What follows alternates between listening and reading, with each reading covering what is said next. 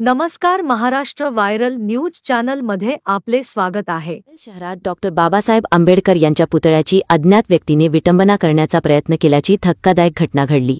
मात्र त्यावेळीच उपस्थित असलेल्या पालिका कर्मचाऱ्यांनी आणि रिक्षावाल्यांनी तत्काळ संबंधित व्यक्तीस पकडून पोलिसांच्या ताब्यात दिले।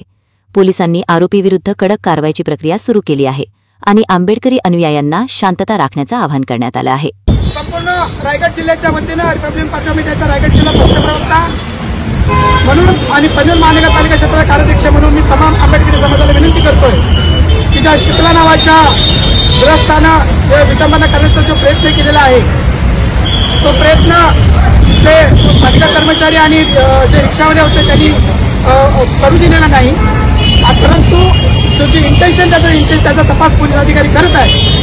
आम्ही रिपब्लिकन पार्टी मीडियाच्या रायगड जिल्हा वतीनं सर्व आंबेडकरी समाजाला विनंती करतो की आपण सर्वांनी शांतता पाळून कोणत्याही प्रकारचा पनवेलमधला वातावरण खराब होणार नाही आणि आपल्याला पोलिसांना सहकार्य करायचं आहे। पोलीस त्या ठिकाणी योग्य ते तपास करून त्याला ताब्यात ऍक्च्युअली घेतलेला आहे। तरी सगळ्यांना विनंती आहे की कोणत्याही प्रकारचा अनुचित प्रकार पनवेलमध्ये घडणार नाही, वातावरण होणार नाही याची काळजी घेऊया आणि आपण पोलिसांना सहकार्य करूया।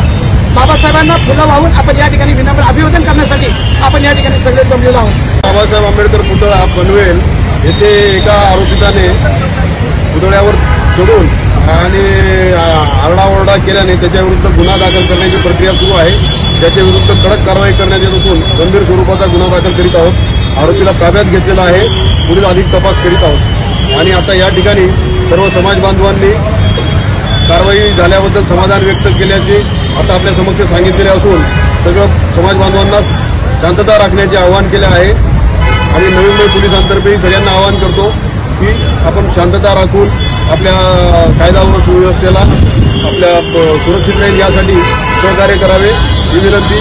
जय हिंद, जय भीम, जय महाराष्ट्र।